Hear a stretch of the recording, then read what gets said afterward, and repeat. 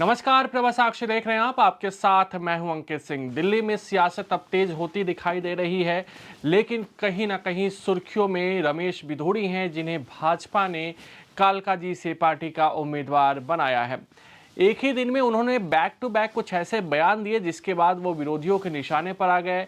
इन सब के बीच आतिशी को लेकर उन्होंने जो बयान दिया है उसको भुनाने में अब आम आदमी पार्टी पूरी तरीके से जुट गई है।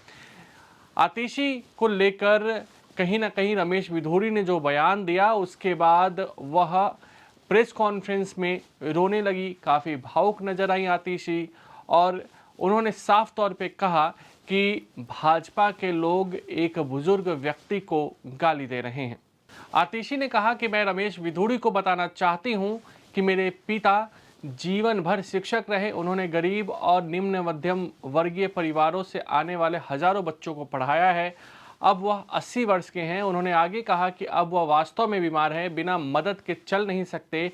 क्या आप यानी कि रमेश बिधूड़ी चुनाव के लिए ऐसा गंदा काम करेंगे? वह इस स्थिति पर आ गए हैं कि वह एक बुजुर्ग व्यक्ति के साथ गाली गलौज कर रहे हैं। मैंने कभी नहीं सोचा था कि इस देश की राजनीति इतने नीचे स्तर तक गिर सकती है। कालकाजी विधानसभा सीट से भाजपा उम्मीदवार रमेश बिधूड़ी ने रविवार को दिल्ली के मुख्यमंत्री आतिशी के उपनाम को लेकर टिप्पणी करके एक और विवाद खड़ा कर दिया। रोहिणी में भारतीय जनता पार्टी की परिवर्तन रैली को संबोधित करते हुए बिधूड़ी ने कहा कि आतिशी ने अपना उपनाम मारलेना से बदलकर सिंह कर लिया। कालकाजी सीट से मौजूदा विधायक आतिशी ने कुछ समय पहले अपना उपनाम हटा लिया था। बिधूड़ी ने आरोप लगाया कि वह मारलेना आतिशी द्वारा इस्तेमाल किए जाने वाला ये उपनाम है जो वो पहले रखती थी, से सिंह बन गई हैं। उन्होंने नाम बदल दिया है। केजरीवाल ने अपने बच्चों की कसम खाकर कहा था कि भ्रष्ट कांग्रेस के साथ नहीं जाऊंगा, और अब मारलेना ने पिता बदल दिया। पहले वह मारलेना थी, अब वह सिंह बन गई है। वह उनका चरित्र है। बिधूड़ी पहले भी अपने बयानों को लेकर विवादों में रहे हैं। हाल में ही उन्होंने कांग्रेस नेता प्रियंका गांधी वाड्रा के खिलाफ अभद्र टिप्पणी करने के कारण आलोचनाओं का सामना किया। बिधूड़ी के भाषण का वीडियो इंटरनेट पर जबरदस्त तरीके से वायरल है। वहीं आम आदमी पार्टी इसे मुद्दा बनाने की कोशिश कर रही है। अरविंद केजरीवाल ने भाजपा पर निशाना साधते हुए कहा कि उसके नेताओं ने बेशर्मी की सारी हदें पार कर दी है। केजरीवाल ने एक्स पर पोस्ट किया कि भाजपा नेता दिल्ली के मुख्यमंत्री आतिशी को गालियां दे रहे हैं। दिल्ली के लोग एक महिला मुख्यमंत्री का अपमान बर्दाश्त नहीं करेंगे। दिल्ली की सभी महिलाएं इसका बदला लेंगी। तो कुल मिलाकर देखें तो रमेश बिधूड़ी सुर्खियों में हैं और उन्होंने दिल्ली की सियासत को और तेज कर दिया है। सुनिए किस तरीके की राजनीति हो रही है और आतिशी ने किस तरीके से प्रेस कॉन्फ्रेंस में रोना शुरू कर दिया। मैं रमेश बिधूड़ी जी को कहना चाहूंगी, मेरे पिताजी जिंदगी भर शिक्षक रहे। उन्होंने दिल्ली के हजारों गरीब लोअर मिडिल क्लास परिवार से आने वाले बच्चों को पढ़ाया। आज वो 80 साल के हो गए हैं। वो इतने बीमार रहते हैं कि बिना सहारे के चल नहीं पाते हैं।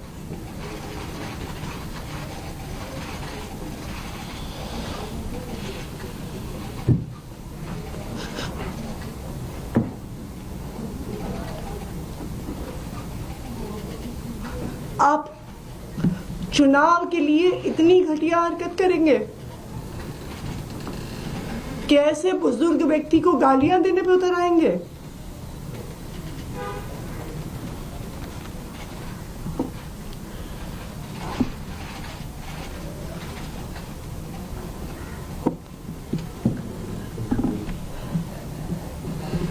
इस देश की राजनीति इतने घटिया स्तर पर गिर सकती है, मैं कभी सोच नहीं सकती थी। रमेश बिधूड़ी जी खुद दक्षिणी दिल्ली से 10 साल सांसद रहे। वो बताए ना कालकाजी के लोगों को कि उन्होंने इस इलाके के लोगों के लिए क्या किया। वो दिखाए ना कि जो उनका 10 साल का काम था वो मेरे 5 साल के विधायक के काम से बहुत बेहतर था। उसके आधार पर वोट मांगे। कहें कि अगर आतिशी ने 1 सड़क बनवाई तो मैंने 10 सड़कें बनवाई। आतिशी ने अगर 100 सीसीटीवी कैमरा लगवाए तो मैंने 1000 सीसीटीवी कैमरा लगवाए। आतिशी ने अगर 1000 लाइटें लगवाई तो मैंने 5000 लाइटें लगवाई। अपने काम पर वोट मांगे। मेरे बुजुर्ग पिताजी को गालियां देके वोट मांग रहे हैं वो। ये बहुत दुख की बात है। देखिए, मैंने रमेश जी का पूरा बयान नहीं सुना है, लेकिन जो जानकारी मिली है, समाज में महिलाओं का अपना एक विशेष योगदान रहता है और किसी भी राजनीतिक क्षेत्र में या किसी भी सामाजिक क्षेत्र में काम करने वाली जो माताएं बहनें होती हैं, उनका सम्मान करना और ये हम सबका दायित्व बनता है और किसी भी इस तरह की टिप्पणी से बचना चाहिए। लेकिन इसके साथ साथ ये भी सोचना चाहिए कि कांग्रेस को भी अपना दोगला व्यवहार छोड़ने की आवश्यकता है। जब हमारी सांसद हेमा मालिनी के बारे में बयान आता है तो ये लोग ताली बजाते हैं, और या इनके और जो अन्य सांसद हैं उनके भी कुछ कृत्य ऐसे हैं, हम आज तक तंदूर हत्याकांड नहीं भूले हैं। लेकिन फिर भी मैं कहूंगा कि किसी भी व्यक्ति को जो राजनीतिक क्षेत्र में काम कर रहा है या सामाजिक क्षेत्र में काम कर रहा है, महिलाओं के लिए कोई भी असमान टिप्पणी या कोई भी ऐसी टिप्पणी जिससे माताओं बहनों को अपमान होता है, उसके बारे में सोचना भी नहीं चाहिए।